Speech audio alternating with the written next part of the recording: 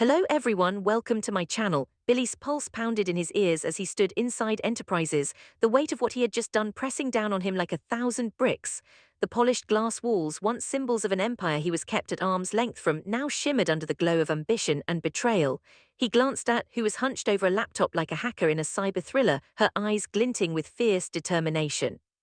"How long is Kane going to be out?" Billy asked, voice low, mind racing. "Didn't look up, at least an hour, long enough for me to reroute the future." With a few keystrokes, the unthinkable was made real, had just taken over Enterprises using the chaos and confusion of Kane's incapacitation as her entry point. Her fingers danced over the keyboard, transferring ownership of the empire to herself. In a sweeping move of corporate sleight of hand, she folded media into communications and handed over the Chancellor portfolio to Billy like it was a birthday gift. Billy stood stunned, his lips slightly parted. Everything they had talked about in whispers, in shadows, was now real. They had the keys to the kingdom. Chancellor was his, was theirs.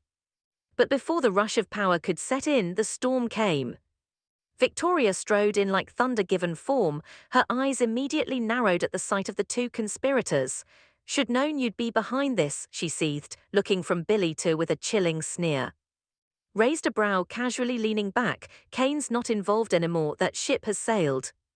Victoria scoffed. "Let me guess, you offered Billy Chancellor to secure his loyalty. You two make quite the duo, toxic and treacherous." Billy bristled but kept his cool. "You lost the moral high ground a long time ago, Victoria." "You think this is about morality," Victoria snapped. "I'm not shielding Johnny and from this. They're old enough to understand what you've done." Billy paled. "You would." "I will," she vowed coldly, "and when I do they'll be just as disgusted with you as I am." As Victoria stormed out, fury and heartbreak twinning in her eyes, Billy sank into a chair. The magnitude of what they'd done settled into his bones like cold cement. "She's bluffing," said, attempting to soothe him. "Kids forgive, mine did, even after I faked my own death." "This isn't the same," Billy replied, rubbing his temples. "She'll poison them against me." "She doesn't have to," he thought bitterly. "Victor will." Across town, Victor paced restlessly. He had already been briefed on his return, which momentarily brightened his world, but the storm clouds returned quickly as approached with news from the front lines. Jack. They discussed the mess with Lily, her fake kidnapping, Kane's betrayal, and the strange turn Billy had taken. "Kane went MIA," said, "and now Billy's pulling stunts like this. If your deal falls through, I'm afraid for what you'll do, Victor." Jack appeared at her side, his hand lightly brushing her shoulder in comfort. Stood in the hallway, her jaw clenched as she watched the exchange. Later, she cornered Jack with fire in her eyes. "I saw you with," she accused. "You let her use your feelings, she knows how to twist them." "She's a friend," Jack countered. "She's a manipulator," fired back, "and I'm sick of pretending otherwise." Upstairs she went, anger radiating off every step.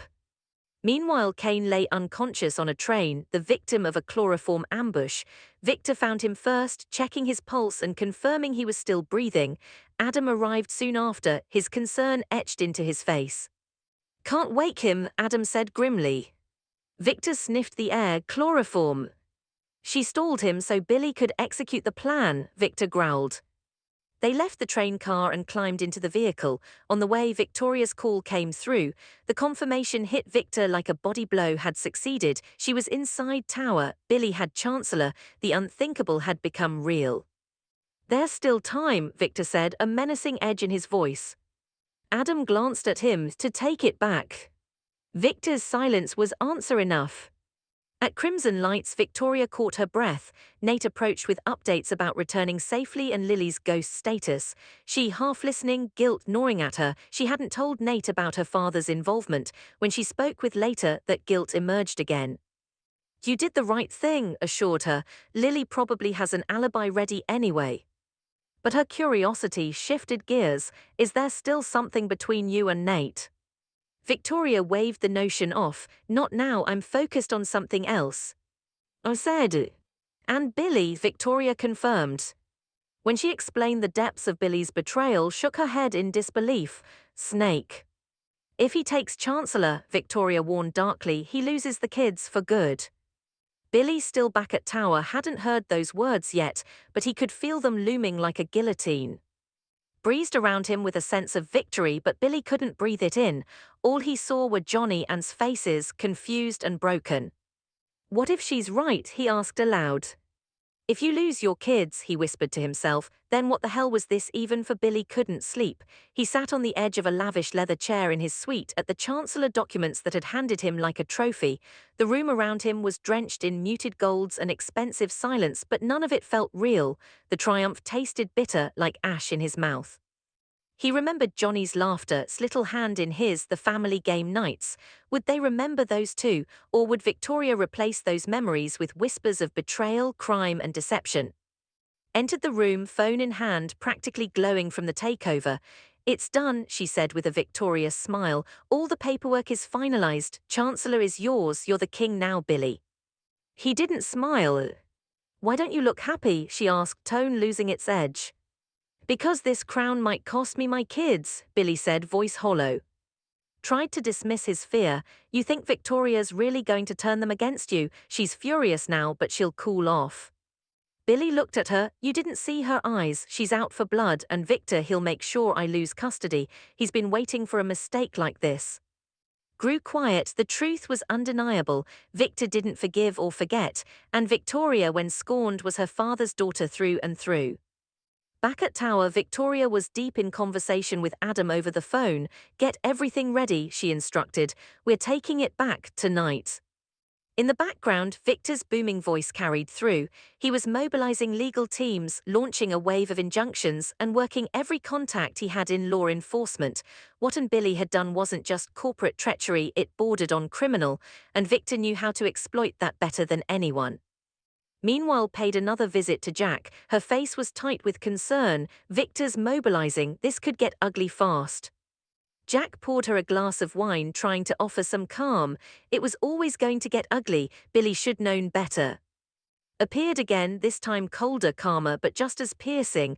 Of course you're here again, just can't stay away, can you? Jack and I are friends, responded evenly. You call it friendship, I call it a weakness, snapped. Jack intervened but stormed off again, her patience unraveling.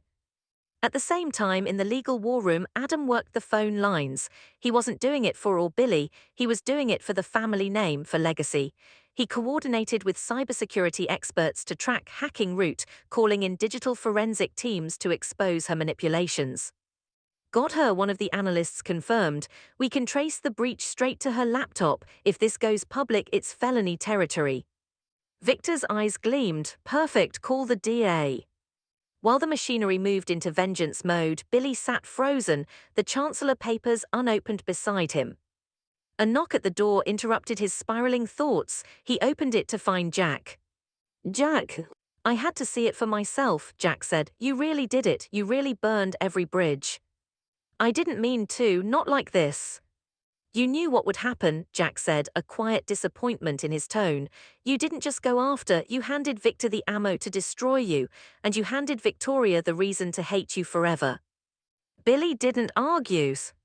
Was it worth it? Jack asked.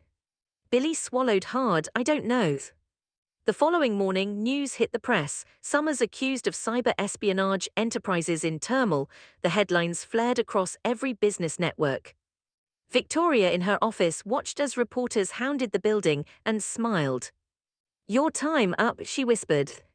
Later that day, tried to enter Tower only to be stopped by security.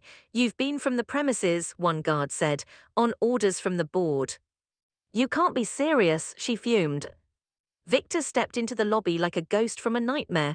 Oh, I'm very serious. He handed her a legal notice. You've been served. Cybercrime, corporate espionage, unauthorized system breach, fraudulent transfer of assets. I hope you have a good lawyer. Looked at him, suddenly unsure of herself. You're bluffing. I don't bluff, Victor said coldly. The fall began. One by one the dominoes dropped. Accounts were frozen, her devices were seized, the media swarmed her every move. And Billy. He received a court summons for an emergency custody hearing. Victoria was going for full custody, no visitation. The day of the hearing, Billy stood outside the courthouse, heart beating like a war drum, joined him, sunglasses masking her shaken confidence. They won't take your kids, she said, but even she didn't sound convinced. Inside the courtroom, Victoria sat with Johnny, and beside her, their eyes flickered with confusion and sadness. The judge reviewed the accusations, the transfers, the corporate betrayal, Victor with the full weight of his empire behind him. Billy tried to explain himself. "I did it for a future, for something more. I didn't think." "That's the problem," Victoria said, voice sharp. "You never think, and now our kids suffer because of your thirst for power." Tears welled in his eyes. Johnny turned away. The judge ruled temporary full custody to Victoria, with visitation suspended pending further review. Billy didn't speak. He couldn't. Outside the courthouse, he walked away alone. Later that night, in a cheap motel, Billy stared at the Chancellor portfolio in his hands. It glowed under the lamplight, mocking him. He had won, but he had lost everything.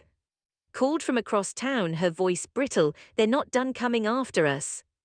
"I don't care anymore," Billy said and hung up.